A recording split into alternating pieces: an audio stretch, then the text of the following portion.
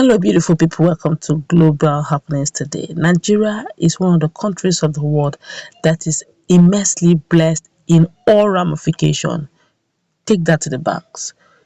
Quote me anywhere. Nigeria is blessed with human resources, mineral resources, natural resources. But then again, it's still the same country that is wallowing within itself, unable to solve its own personal problems, to the point that there's internal squabbles within. We're going to find out exactly why the likes of a former Anambra State governor has to say about what is happening in Nigeria and the fate of Nigerians. If Nigeria will be redeemed, how is what we will find out in a moment. But before we do so, like you subscribe to our channel by clicking on the red subscribe button. Beside it, you see a bell notification icon. Please go ahead, click on it to get notified as soon as we update our channel. The former Anambra State Governor, Chief Tr0uble Ezeife, has described Nigerian politicians as a crop of people with dead conscience. Ezeife said this when the presidential aspirant Prince Adebayo paid him a condolence visit at his Asokoro home in Abuja over the death of his wife, Mrs. Njideka Ezeife. According to Ezeife, the geographical area named Nigeria was a gem to mankind by God Almighty. Unfortunately, the crop of people who took over the polity messed the country to become an unenviable nation. His words, and I quote, "The problem is that Nigerian politicians do not have conscience. Conscience is dead in Nigerian politicians, and that is the problem. You have to pray to God to resurrect conscience among the Nigerian political class. If we have conscience, we can bring back Nigeria. We will become a superpower, and we can make all Africans or black people respected and have dignity, because our failure is the failure of all blacks.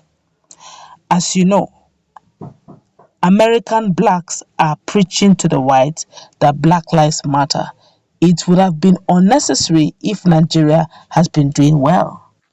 If Nigeria was doing well, all these issues would have been unnecessary. Then look at the new generation in America. American blacks, Nigerian blacks, all the blacks in America are pulling their weight, creating wonders at the frontiers of technology and science in foreign lands.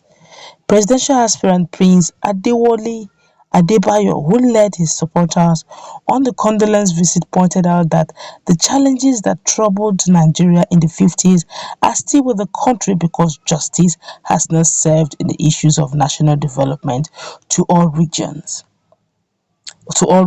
He said the issues of development that dominated the doctorate, that's PhD thesis of Chief Tr0uble Ezeife 50 years ago, are still doggedly Nigerian problem as a nation till today, and must be reversed through good and conscientized leadership.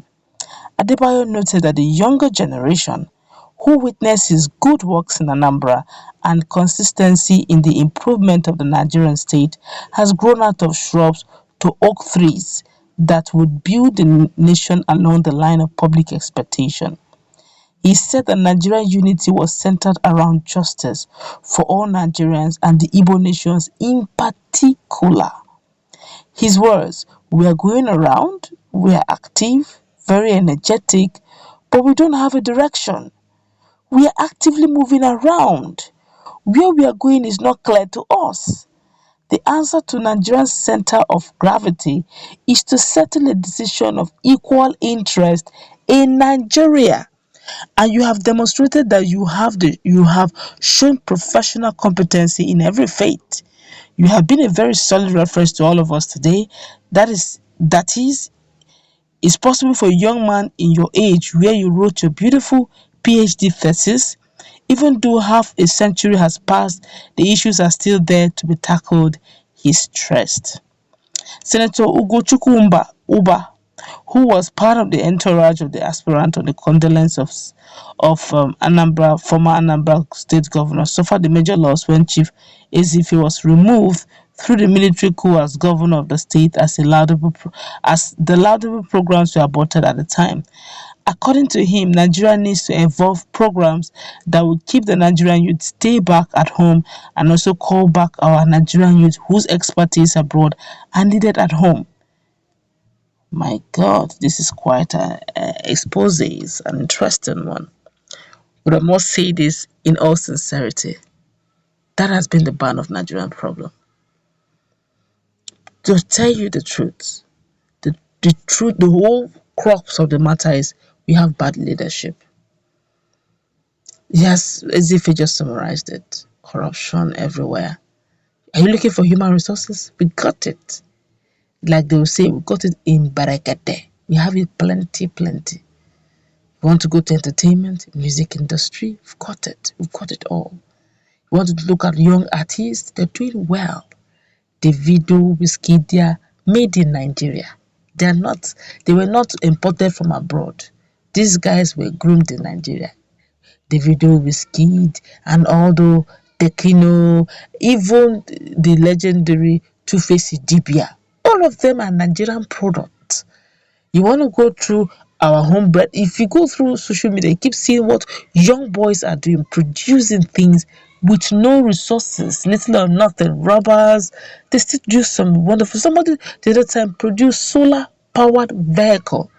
Nigeria, I saw with my two naked eyes to tell you how wonderful we are talented. You want to go for want us to go through mineral resources? We got it in abundance: coal, aluminium, diamond, gold, mineral resources, granite, lead. We got it in numbers.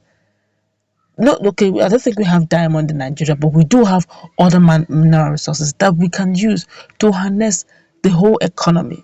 But what are we doing today? It's the opposite. We want to go to agriculture. We have fertile lands. We produce cocoa. We export then.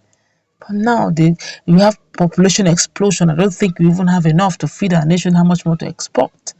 We couple with insecurity bedeviling the country. You want to go through the issue of intellect. You want to go through the issue of water. You want to go through the issue of the landscape. We are one country that we are not. We keep hearing hurricane, tsunami. We keep hearing things like fires and bushfires and all manner natural disasters.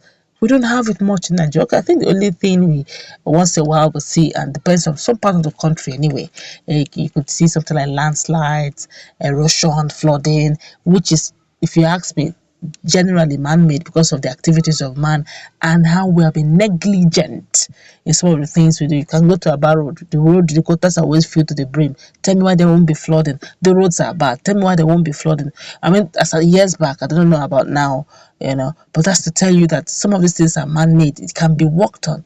You go to Dubai, you enjoy UAE, but you don't want to you don't want to do the same thing in the country of your residence country, of your home country. Come on. You just see that Nigeria is Nigeria. Nigerians are Nigerian own problem. Leadership actually is Nigerian own problem.